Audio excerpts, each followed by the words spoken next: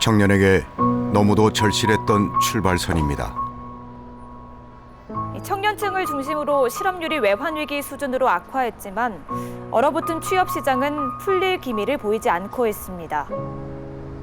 청년 실업률은 9.3%, 17년 만에 가장 높았습니다.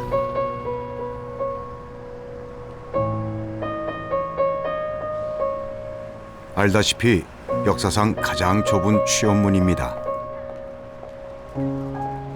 그러나 어쩌겠습니까? 더 열심히 달리는 수밖에 없지요. 마침내 좁은 문을 통과해 세상 속으로 한 걸음 더 들어온 청년들. 그런데 더 힘차게 달릴 것 같던 이들이 출발선에서 질문을 합니다.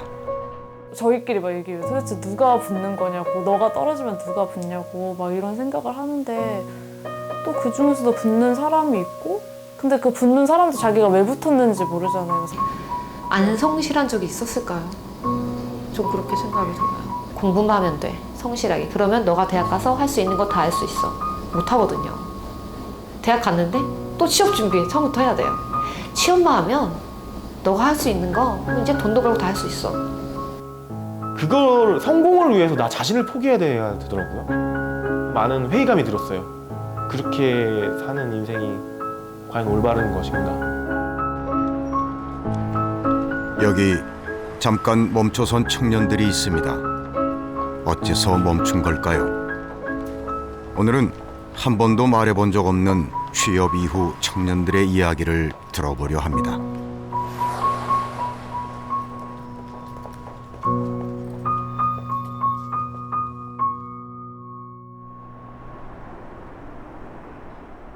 요즘 같은 때 모두가 부러워하는 대기업에 입사했습니다. 오늘 청년은 제 발로 회사를 나왔습니다.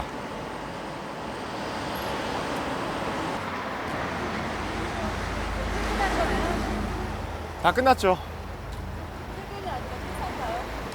마지막 퇴근이자 퇴사죠. 아쉬움, 두려움 이런 것들이 복합적으로 좀 섞여 있는 것 같아요. 30년 다닐 줄 알았습니다. 정년까지 갈 줄 알았는데 1년 조금 넘어서 그만두게 됩니다. 30년 계획이 어쩌다 1년 만에 끝난 걸까요? 25에 들어간 대기업. 입사 6개월 만에 영업실적 1위에 오를 만큼 실력 있는 사원이었습니다. 좀 지금 힘들지만 차차 좋아지겠구나 하면은 회사에 좀 더 남아 있었을 것 같은데, 내가 시간이 가고 승진하고 다른 부서에 가고 더 높은 좀 더 큰 직책을 맡고 근데 더 힘들어질 것밖에 안 보이는 거예요. 회사 앞 5분 거리에 살았습니다. 뒤처지지 않으려 열심히 얻고 쉬지 않고 달려왔습니다. 하지만 여기서 잠시 멈추기로 했습니다.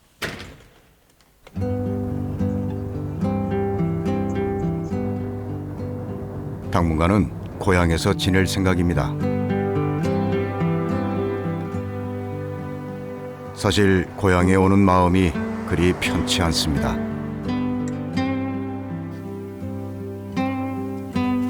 아버지를 만났습니다. 퇴사를 내내 반대하셨던 아버지입니다. 나만 집에서 나만 백수네. 아빠도 일하고 오늘도 일하는데 나만 백수야. 노스레를 떨어봐도 아버지 표정이 풀어지지 않습니다. 아, 감사합니다.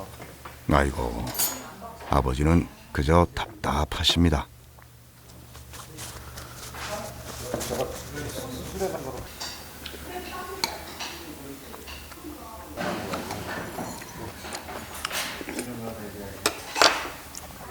나한테 하고 싶은 말 없어요, 아버지?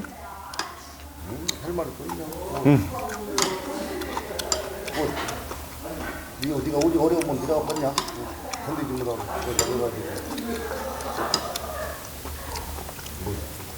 이해는 가지고. 이해한다는 아버지 말씀에 대꾸할 말이 없습니다. 그러니까. 그러면 많이 했어요. 어디 많이 들었어? 예. 네? 요즘 많이 들었어요. 기대를 많이 해보고 계시더만. 그렇죠. 기대에 부응을 하려고 살고 있습니다. 네. 안녕히 계세요. 돈이야 내가 많이 갖다 썼지 대학생활에서. 예상치 못한 아버지 지인과의 만남. 참 불편한 식사입니다. 서울로 대학 가 좋은 회사에 취직한 자랑스러운 아들. 이제 큰 자랑거리 하나가 없어졌습니다.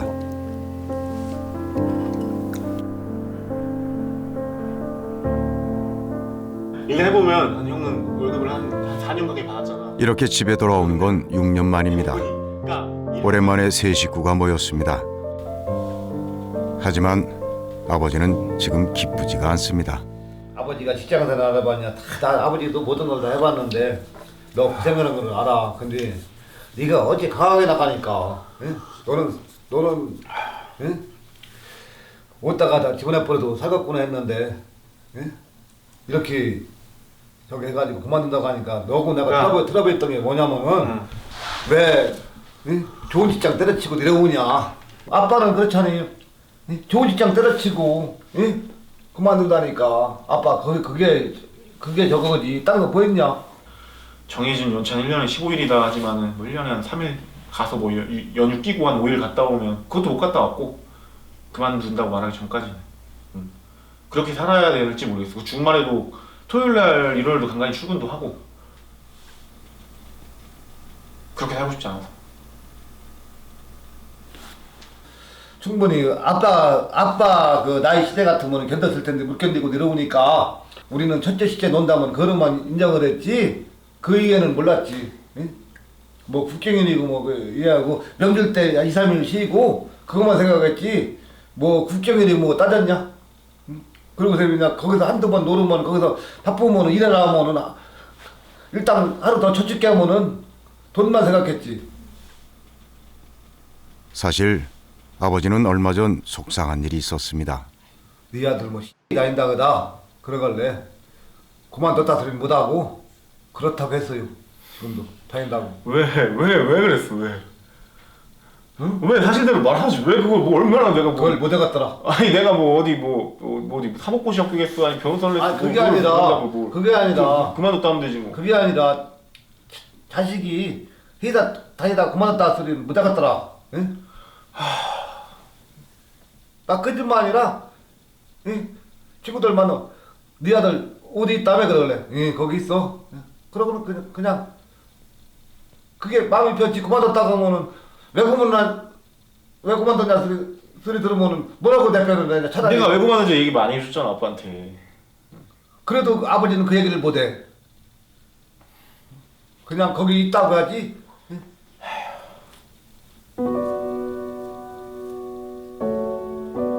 직장을 나오면 미래가 없다는 아버지. 직장에 남아있으면 미래가 없다고 생각하는 아들. 둘 사이는 너무도 멀어져 있었습니다.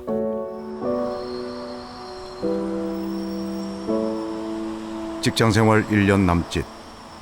무엇이 그토록 빨리 퇴사를 결심하게 했을까요? 이제 8시 반까지 출근이라지만 조직의 기강이다 뭐 분위기다 해가지고 8시 전까지는 착석해서 있어라. 누구 하나 이렇게 그걸 거부할 수 없는 분위기고 출근 시간으로 지켜보려는 마음으로 출근은 8시 20분 뭐 이렇게 출근도 하고 그랬는데 그때 이제 문제가 시작된 거죠.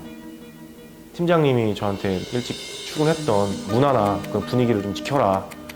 그때 저는 이제 노력해보겠습니다라고만 얘기하고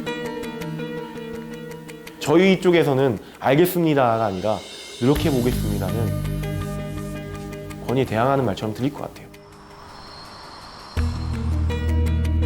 최소 한 일주일에 60시간 이상은 일했던 것 같아요.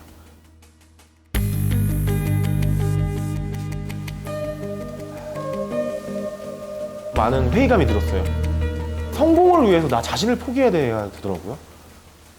그렇게 사는 인생이 과연 올바른 것인가? 적응하면 차차 좋아질 텐데 조금만 더 버텨보지. 너무 이른 선택이 아니었을까요? 저희 시대보다는 좀 더 희망이 있었던 것 같아요. 그렇게 일하면 그만큼 보상을 받겠다.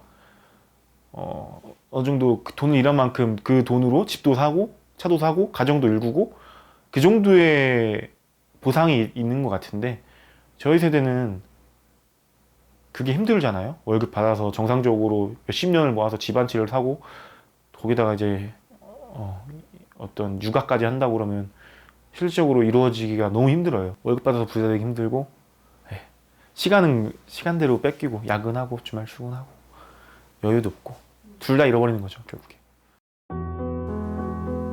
정말 오랫동안 고민했습니다. 지금까지와는 다른 직장 문화를 원했습니다. 주 40시간 일하면서 연봉은 절반.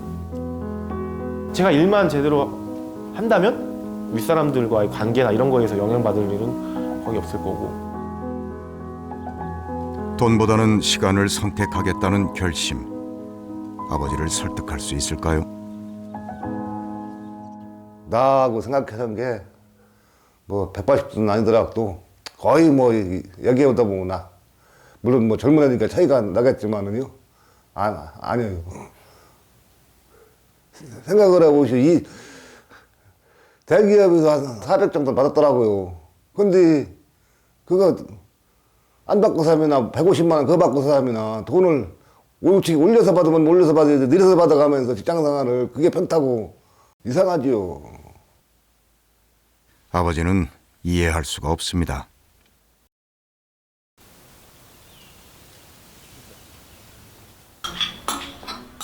고향에 내려온 지 몇 주째. 아버지와 아들은 어느 때보다 가까이 있지만 어느 때보다 서로가 멀게 느껴집니다.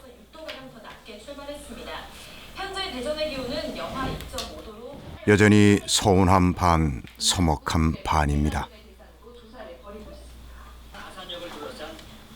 이제 슬슬 눈치도 보입니다. 그야말로 놀고 있는 아들이 된 것 같아 집에 있는 시간이 편치 않습니다. 이른 아침이면 어김없이 출근 준비를 하시는 아버지. 성실함이야말로 아버지 세대의 자산이죠. 아버지는 한창 젊은 아들들에게 이런 성실함을 물려주고 싶으셨을 겁니다. 부지런히 노력하면 그만큼은 돌아온다. 아버지 세대는 그렇게 믿고 살아왔죠. 한동안 그런 아버지의 삶을 곁에서 바라보게 된 아들. 아무래도 마음이 복잡합니다. 좀 불편하죠. 아무래도 제일 혈기왕성하게 돈을 벌 나이에 있는 사람이 쉬고 동생은 이제 일단 학생이고 지금 아르바이트를 하는 거고 아버지는 연세가 이제 내일 모레면은 이제 환갑이신데 그죠? 60살이신데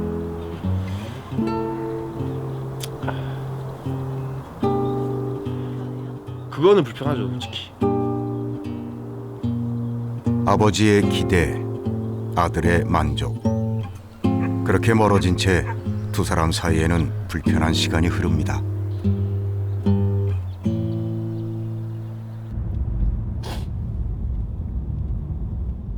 아버지는 그동안 어떻게 일해왔을까? 일하시는 곳에 가보기로 했습니다.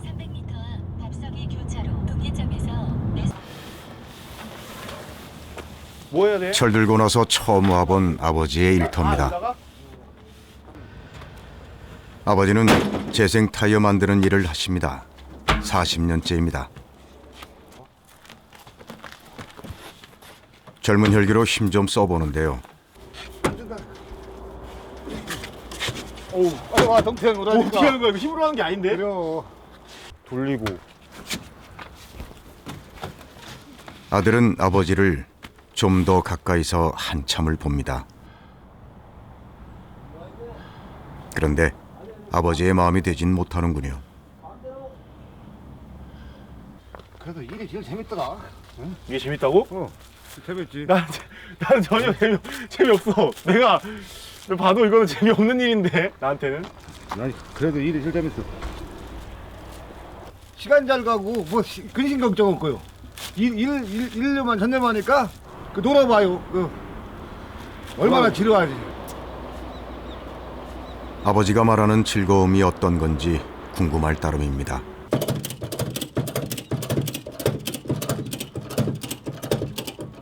아들만큼은 편한 일을 하기 바랬던 그 마음을 몰랐던 건 아닙니다.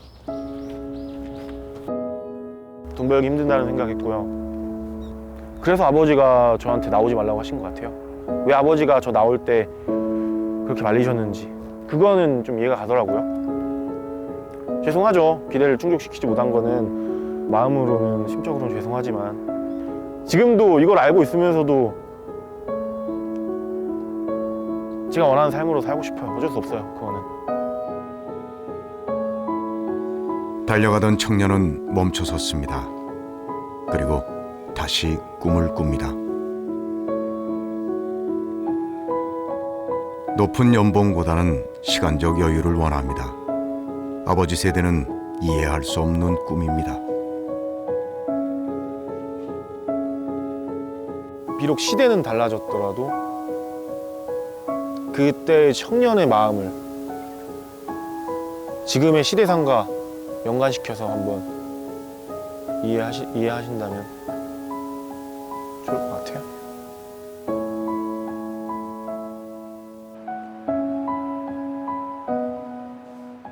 취업에 성공한 청년 4명 중 1명은 퇴사를 합니다.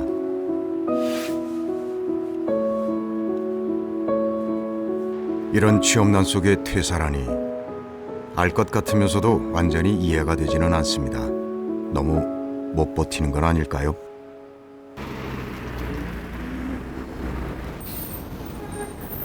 대체 뭐가 그렇게 힘든 걸까요? 회사 생활 3년차에 접어든 또 다른 청년. 힘겨운 취업 준비에 높은 경쟁을 뚫어야 했던 요즘 청년입니다.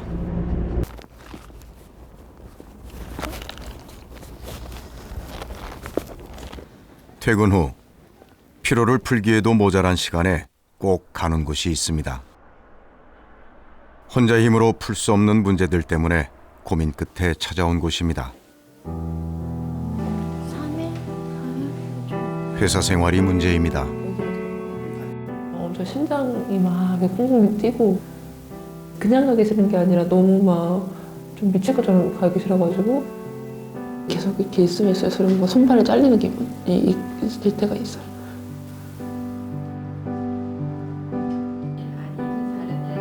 원하던 회사에 들어갔고 누구보다 열심히 일했습니다. 참고 견디면 좋아질 줄 알았습니다. 그런데 언제부턴가 모든 것이 혼란스러워졌습니다. 이렇게 하면은 분명히 회사에 손실을 끼쳐요. 뭔가 말을 해야 되는데 아무도 위에서 말을 안 하는 거죠.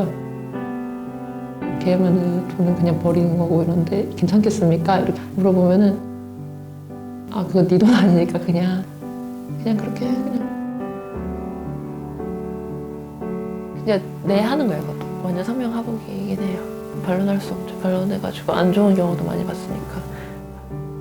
회사에서 받는 월급이 뭐 지금 욕 듣는 거, 짜증 내는 거 뭐 이런 거 다 포함한 값이라고 막. 참으려면 진짜 눈 닫고 귀 닫고 참는 사람이 정말 많긴 해요.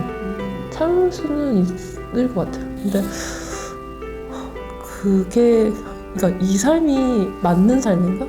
이제까지 뭐 저희가 어떻게 보면은 기성세대보다 더 많은 걸 좀 보고 배워서 자란 세대라서 뭐 그럴 수도 있겠지만은 이 삶을 더 이상 참아도 괜찮은 삶인가 싶어요.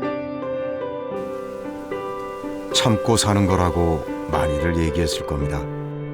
그러나 견디면 해결될 문제가 아니라고 청년들은 말합니다.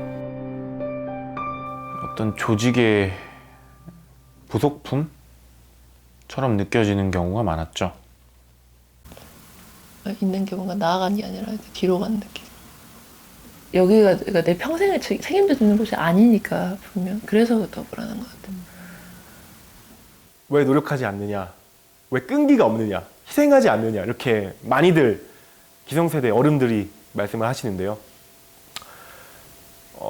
시대적 상황이 많이 달라졌어요. 회사가 성장하니까 내가 승진하고 연봉이 올라가고 좋은 직급, 직책을 많이 얻게 되고 그 부분에서 나랑 동일시하는 거죠. 기업의 성장과 자신의 성장을 동일시하는데 저희는 지금은 이제 내가 뭔가를 하고 있구나. 내가 어떤 걸 만들고 있구나. 가치를 추구하고 있구나. 이런 생각을 전혀 못 갖는 거예요. 끝이 없는 고속 성장의 시대를 달려왔습니다.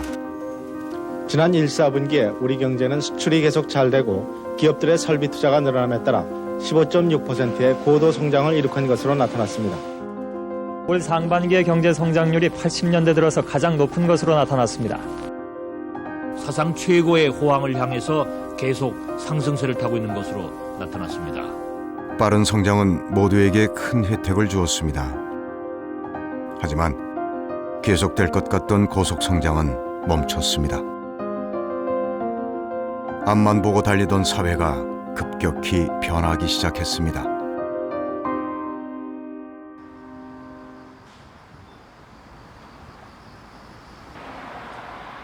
변화 속에서 청년들의 고민은 깊어졌습니다.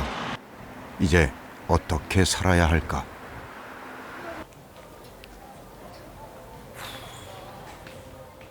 거리를 배회하는 것처럼 보이지만 이 청년은 외근 중입니다.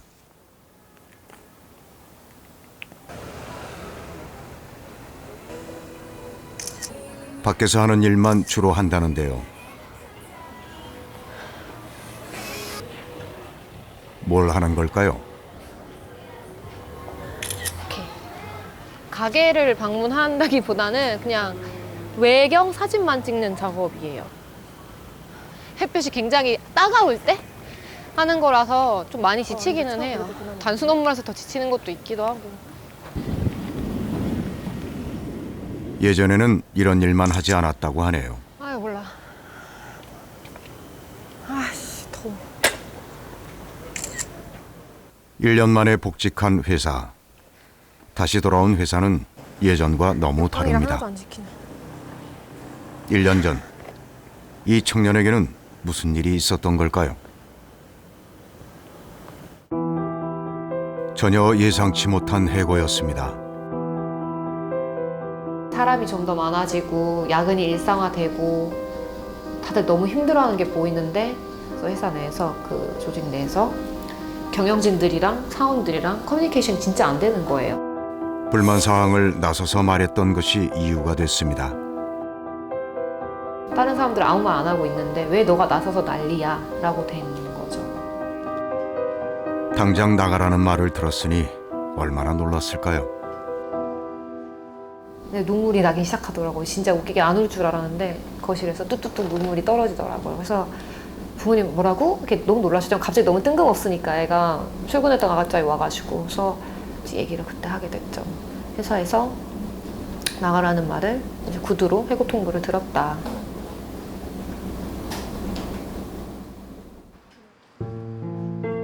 받아들일 수 없었습니다. 부당해고 소송을 시작했습니다. 부당해고 판결을 받았지만 복직은 이루어지지 않았습니다. 한다. 원직에 복직시키고. 해고도 힘든 상황인데 소송이라니요. 28. 감당하기 힘든 날들이 시작됐습니다.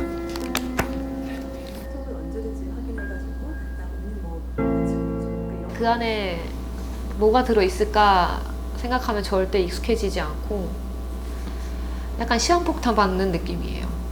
사실 이거 진짜 이게 다 뜯어져 있잖아요. 진짜 뜯기 너무 싫었어요. 이 칼로 이렇게 가위로 하기가 너무 보기가 싫은 거예요. 악몽도 막 계속 꾸고 이러니까. 근데 뭐 결국엔 뜯어야지 나도 그 다음에 대응을 하니까. 가장 마음이 아팠던 건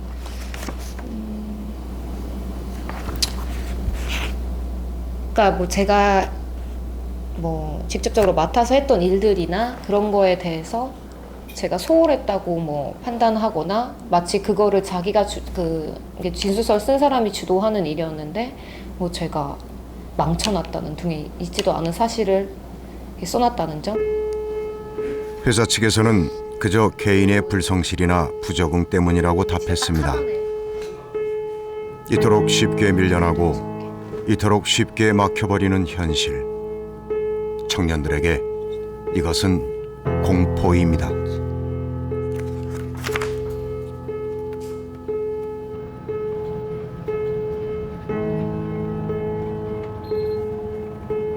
더 힘든 건 부모님을 생각할 때입니다. 어머니가 이제 약속이 있어서 밖에 나갔을 때 이제 점심시간 되면은 이제 회사원들이 사원증을 목에 걸고 왔다 갔다 하잖아요. 그 모습을 볼 때마다 집에서 있는 제가 계속 생각이 나서 되게 가슴이 아팠대. 내 딸도 사원증 지금 걸고 일하고 한창 일하고 있을 나이.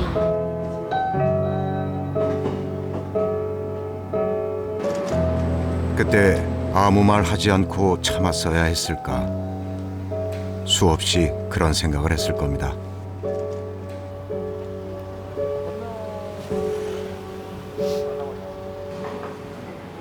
해고를 당한 후 새롭게 알게 된 건 이런 일을 겪은 사람들이 의외로 많다는 사실입니다. 힘겨운 과정을 똑같이 겪어보았기에 누구보다 위로가 되는 사람들이기도 하죠. 저 이맘때쯤이면 당연히 해결될 줄 알았는데 작년 11월부터 9개월 됐네요. 네. 빨리 좋은 소식을 전해드릴게요. 저도 진짜 그러고 싶고. 근데 아마 이번 달에는 그래도 다 끝날 거예요. 제 생각으로. 네. 한인사회가 있지만 그 한인사회 소송을 도와주었던 지인을 만나자 이래저래 할 말이 많아집니다. 한인식만 봤다라고. 저번 주 금요일 날 제 학교 후배도 부당해고 당한 거예요. 어디서 일했대요? 컨텐츠도 되게 잘 만드는 유명한 데예요. 네네. 근데 그 친구가 말하기를 자기가 있는 1년 반 동안 40명이 넘게 나갔대요. 그러면 약간 사이즈가 보이잖아요. 어떤 회사인지. 그래서 그래도 자기가 이런 일 당해가지고 언니가 겪은 게 그 정도인지 자도 이제 알았다고 막 이런 얘기 하면서 막 노무사 어쩌고 얘기하다가 코치한 대로 그때 예전에 철우님이 저한테 해주셨던 것처럼 그냥 그렇게 알려주고 있단 말았어요. 이런 일이 비일비재하네요. 너무 심한. 부당해고가 이렇게 많다는 걸 또 한 번 느낍니다. 근데 그러니까 뭐라고 해야 되지? 제가 사실은 한국 사회에서 제가 뭐 저 혼자만 느끼는 건 아니라고 생각을 해요. 여러 가지 문제점들이 좀 많잖아요. 눈에 보이는 것들이 뭐 얘기하자면 한두 끝도 없고 무서워서 말도 못 하겠고 그런 걸 봤을 때 내가 과연 행복해졌을까 또 생각했을 때 아닐 것 같고 만약 내가 결혼을 하고 자식을 낳는다면 더 걱정이 되는 그런 게 있어서 상상조차 해본 적 없는 낯선 상황을 겪으면서 많은 것이 달라졌습니다. 어렸을 때부터 가고 싶었던 학교, 과도 다 갔고 그 안에서도 좋은 성적, 수속도 해봤고 막 이런 식으로 따따따따 됐는데 취업 문제가 닥쳤는데 더 힘든 거예요. 근데 취업을 했는데 더 힘든 거죠. 부당해고를 또 당했고 비단 나만의 문제가 아니고 알아보니까 뭐 철우님도 있었고 이번에 또 제 친구 또 부장님도 똑같은 일을 당하는데 이게 들리기 시작하니까 너무 많은 거예요. 그런 일을 겪은 게. 근데 우리 사회는 그냥 그게 덮어졌던 거죠. 그러니까 진짜 부품이구나. 인간으로서 존중받지 못하는 그런 구조가 너무 눈에 보이는구나.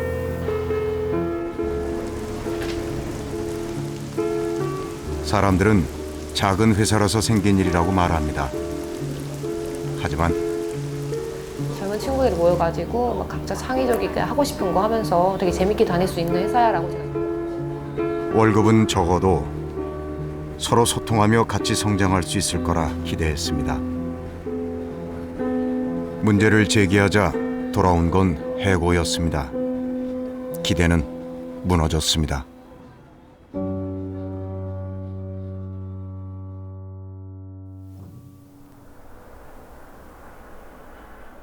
그런 시간을 거쳐 회사로 돌아왔습니다. 1년 만입니다. 복직 2주째 같은 일을 반복하고 있죠. 회사에서 이제 이 업무를 안내해 줄 때 만약에 뭐 이렇게 찍다가 퇴근 시간 가까우면은 굳이 복귀 안 하고 바로 집으로 가도 된다고 해가지고 그냥 계속 사실 그렇게 하고 있어요. 왜냐면 뭐 좀 껄끄러운 게 있으니까 서로. 네. 바라던 복직입니다. 좋기만 할 거라 생각한 건 아니지만 생각보다 더 쉽지 않습니다. 사실 저 거의 지금 투명인간처럼 있어서 회사에서 뭐 딱히 말할 그런 기회도 없었고 다른 사람들이랑 그냥 거의 좀 인내는 없는 듯 지내고 있어요. 굳이 복직까지 하지 않아도 됐을 텐데 어째서 힘든 길을 택했을까요? 보통 힘든 길은 돌아가려 하는데 말이죠. 회사 사람들과의 불편함을 감수하면서까지 이런 선택을 한 이유는 뭘까요? 당당해지고 싶었어요. 어쨌든 제가 좋은 선례가 됐다는 거를 보여줘야 되니까 다른 사원들이나 경영진들에게 어떤 본보기가 되기 위해서는 나 이렇게 잘 복직을 해서 원직 복귀 잘 해가지고 잘 하고 있다. 하지만 저도 올해는 못 있을 것 같아요. 지금도 이렇게 마음이 아프고 힘든데 한 달 남짓 같은 업무만 반복하던 생활을 그만 멈추기로 했습니다. 정식으로 퇴사를 하고 나왔습니다. 직장생활 1년 3개월, 부당해고 승소, 다시 선 출발선입니다. 늘 노력하라고 얘기해왔습니다. 노력하면 언젠가 좋아질 거라고 했습니다. 하지만 의문이 생깁니다. 지금의 청년들에게 노력이 부족하다고 말할 수 있을까요?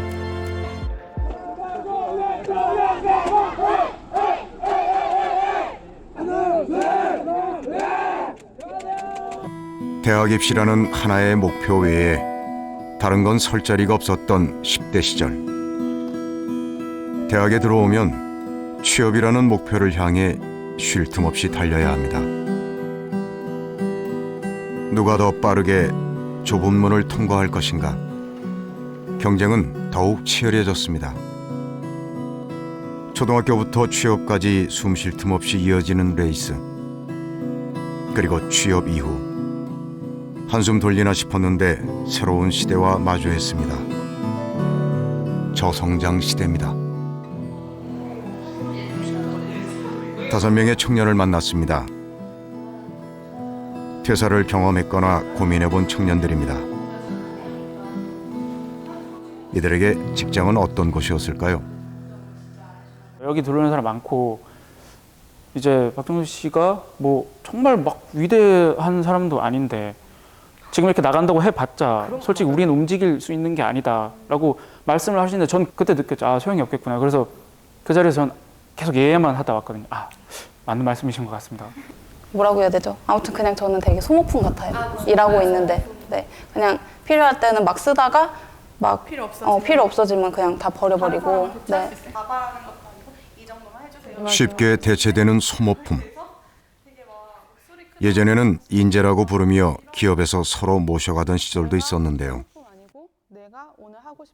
평생 직장이 없어지고 나서 청년들을 대하는 사회의 태도가 많이 달라진 것 같습니다.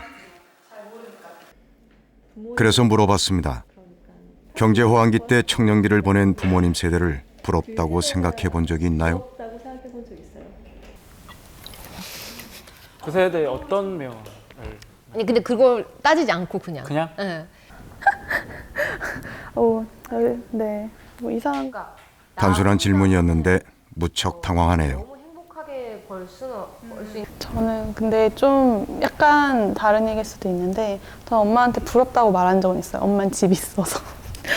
저는 내가 지금부터 돈을 열심히 벌어도 집을 가질 수 있을까? 특히 서울 하늘 안에서 이게 항상 되게 불안하거든요. 그때는 뭐만 해도 뭐 땅파도 뭐가 나오는 맞아. 시절인데 진짜 맞아. 라고 변론을 보통 하죠. 지금은 성장이 멈췄고 그래서 뭐 나아갈 것도 없고 우리가 뭘 해도 개진되는 것도 없고 달라지는 것도 없고 근데 되게 느껴보고 싶네요. 회사랑 같이 내가 그게 무슨 말이야? 그게 되게 신날 것 같아요. 신나서 일할 것 같아요. 내가 일을 1만 받았는데 10을 했어요. 근데 회사가 100만큼 크잖아요. 그냥 10이 모일 거니까 사람들끼리. 그랬을 때 그 성취감은 지금 제가 느끼는 회사에 대한 성취감이랑 확실히 다를 것 같긴 해요. 저는 아예 상상도 못 하겠어요. 저 상상도 안 돼요. 아예 모르겠어. 지금의 청년들에게 고성장은 짐작도 할 수 없는 세계인가 봅니다. 어르신분들께서 나 때는 이랬어 이런 말 굉장히 많이 하시잖아요. 뭐 나 때는 재떨이 던져도 맞았어. 뭐 사무실에서 담배 피는 거 난 담배 안 피는데 다 피니까 그냥 참았어. 근데 제가 뭐 타임머신이 없으니까 못 돌아가잖아요. 지금 때보다 더 힘들었을 수도 있죠. 다만 이게 지금은 훨씬 정보화 사회가 되면서 사람이 어떻게 살 것인가에 대한 답변들이 너무 많아졌어요. 너무 다양한 삶의 방법이 보이고 인간적으로 사는 게 어떤 것인가 하는 것에 대한 거를 계속 생각하게 되는 거죠. 지금 젊은이들은. 정말 간단하게 생각하면은 저는 제 자식이 우리나라에서 나중에 태어났을 때 저랑 똑같은 노동 시간을 하고 있는 것 자체를 좀 바라지 않아요. 그런 뭐라고 해야 되지 이걸? 더 후퇴하는 삶이잖아요. 물론 이제 부모님들이 우리를 다독이기 위해서 그런 말씀을 했지만 나는 내 자식한테 야 나도 그랬어라고 말하고 싶지 않거든요. 왜냐하면 더 나아진 사회에서 살게 하고 싶기 때문에. 청년들이 바라는 것은 이전 세대와는 분명 달라졌습니다. 시대가 변하고 사람도 변했지만 청년들에게 기존의 방식에 적응하라고만 얘기해 왔습니다. 지금 청년들 입장에서는 받아들이기 어려웠을 겁니다.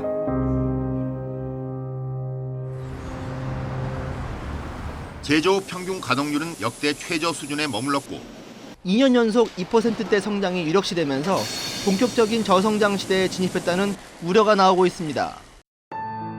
많이 들어는 봤습니다. 저성장의 시대라고. 한 번도 겪어보지 못한 불안과 예측할 수 없는 미래. 그렇군요. 지금 청년들은 이런 시대에서 시작해야 하는 거군요. 가장 선호하는 직업도 변했습니다.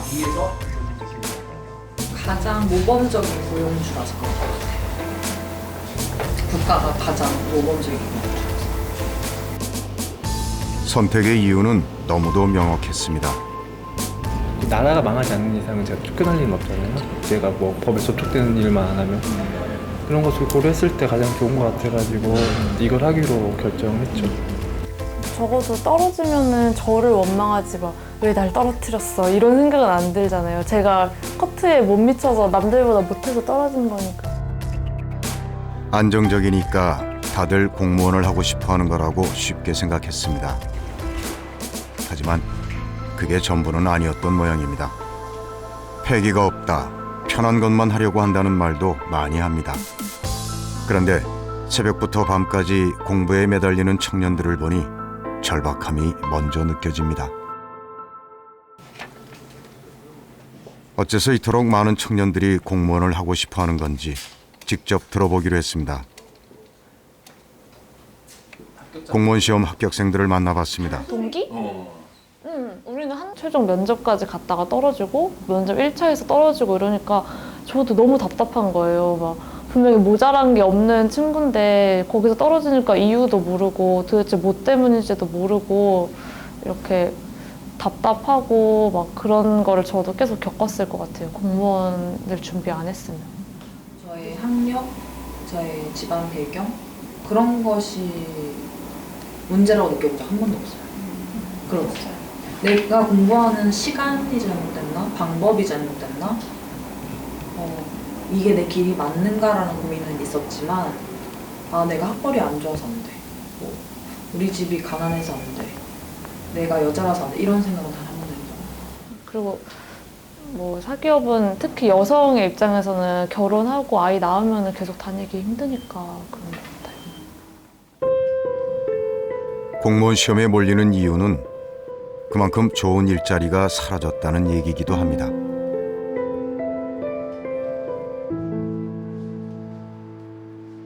아버지도 맨 처음에 제가 공무원 준비한다 했더니 9급 공무원 옛날에 고등학교 졸업한 애들 하는데 저쪽 하시는 거예요. 그런 어른들이 세상 모르는 얘기 하지 말라고 아빠한테. 진짜 그게 막 제일 공부할 때 제일 듣기 싫은 말 중에 하나. 알지도 못하면서 약간 이런 생각이 드는데 또 그거를 입 밖으로 내뱉는 순간 약간 공부하느냐 까칠한 사람이 되는 것 같은 거예요. 그래서 그냥 속으로만 생각하고. 이제 아빠는 반 9급이라도 붙을 거라고 생각하신 거예요, 1년 차에. 근데 안 된 걸 보셨잖아요. 그러니까 이제 조금씩 깨달으셨죠. 이게 그렇게 녹록지 않구나. 우리 딸이. 그래서 1년 차에 사실 9급 떨어졌었는데 엄마한테는 말하고 아빠한테는 그냥 붙었는데 안 간다고. 근데 진짜 그래요. 공무원 시험의 위상은 달라진 세상을 말해줍니다.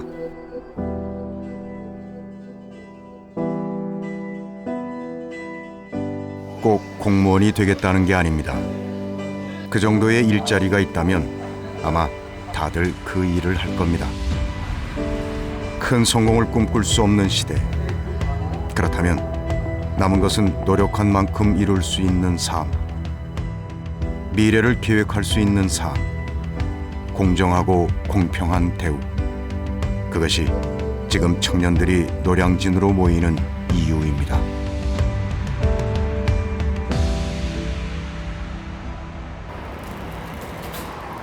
(2016년 12월 30일) 공무원 임명장을 받는 날입니다. 누구보다 새해를 기대하는 청년들입니다.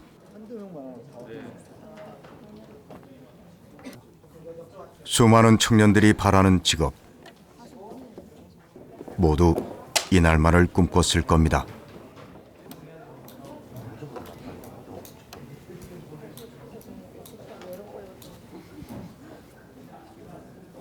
다음은 신규 공무원입니다. 신규 공무원은 공무선서 후에 임명장을 수여하도록 하겠습니다. 신규 임명 대상자 30명은 앞으로 나와주시기 바랍니다. 서울에서 명문대를 졸업한 이 청년은 일찌감치 이 길을 선택했습니다. 고향에 내려와 9급 공무원이 됐습니다.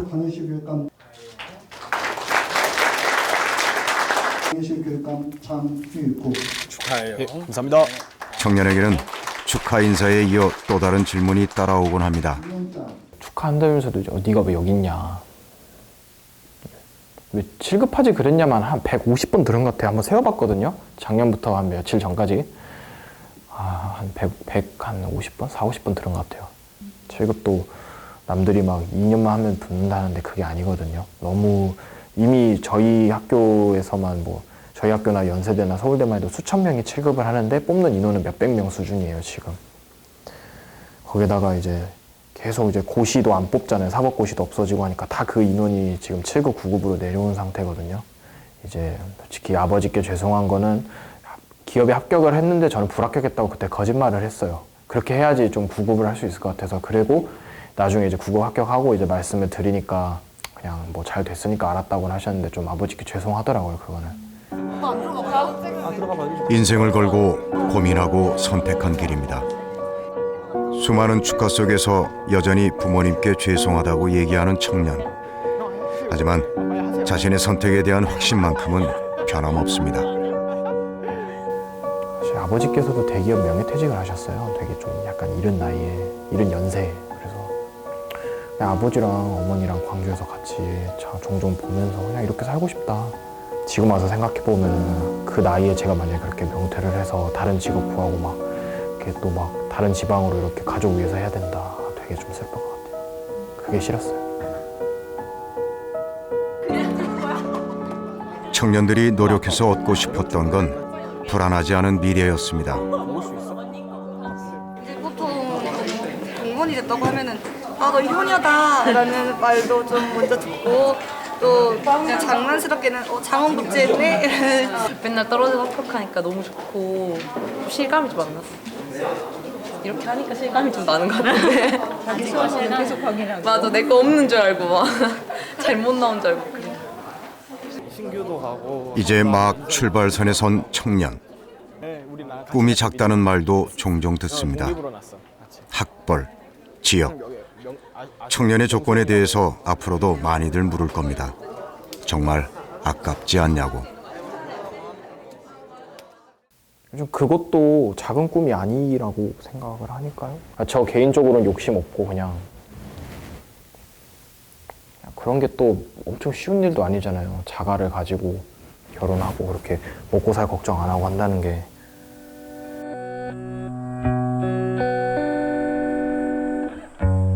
청년들은 이제 막 세상으로 나아가려 합니다. 더 멀리 날아올랐지만 보이지 않는 장벽에 가로막힙니다. 이대로 참고 견디는 것이 옳은 삶인지 묻고 있었습니다.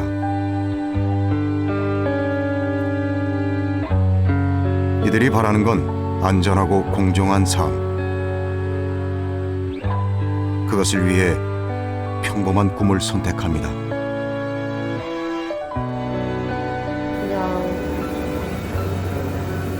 가족이 보낼 수 있는 시간이 충분히 확보되어 있는 그런 삶?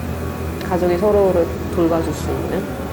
제가 좋아하는 일을 하다가 그냥 아침 밥 먹고 나가서 일을 하다가 집에 들어와서 그냥 저녁 먹을 수 있는 그냥 그런 거였으면 좋겠긴 했어요. 큰 건 아니에요. 그냥 가정을 이룰 수 있고 뭔가 애를 키워도 이렇게 이게 불안하지 않고 뭐 먹고 싶은 거 먹을 수 있고 영화 보고 싶으면 영화 보러 갈 수 있고 옷 사고 싶으면 가서 막 명품은 아니어도 제가 사고 싶은 옷 살 수 있고 이런 생활이 제가 결혼을 하고 뭐 애를 낳더라도 가족 모두가 이런 생활을 누리는 그런 게 약간 목표인 것 같아요. 삶의 질을 선택하면 돈을 못 벌고 돈을 선택하면 삶의 질을 포기해야 되고 둘 다 온전히 누릴 수 있는 직장은 세상에 많지 않아요. 저는 그렇다면 계약을 좀 철저하게 지켰으면 좋겠어요. 이 사회가 단순히 이런 근로계약뿐만 아니라 여러 가지 서로가 약속하고 그렇게 지키기로 한 건 좀 지켰으면 좋겠습니다. 이제 막 출발선에 도착한 청년들이 세상을 향해 질문하기 시작했습니다.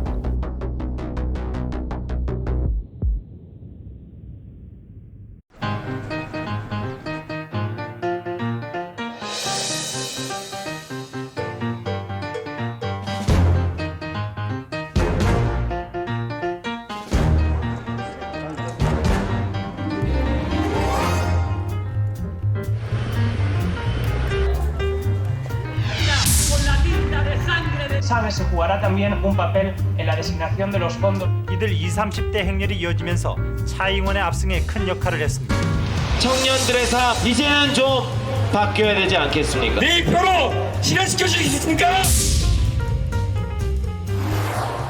그냥 50대 남성의 모든 기준이 다 맞춰져 있는 거니까 청년들한테 야 뭐 신선한 거 좀 해봐라, 뭐 발랄한 거 해봐라, 일종의 규정하는 거지. 우리도 안 되면 그 다음에 도전하는 더 젊은 친구들은 어디서 어떻게부터 시작해야 되지?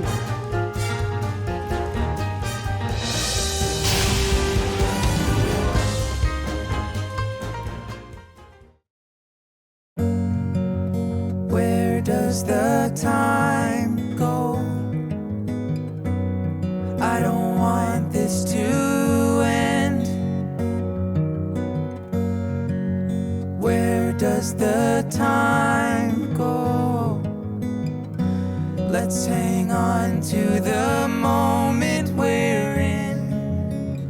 Of all the things we will remember, the good, the bad, and all the blessings in disguise. Today will stick with me forever, even if we have to say goodbye. Where does the time go?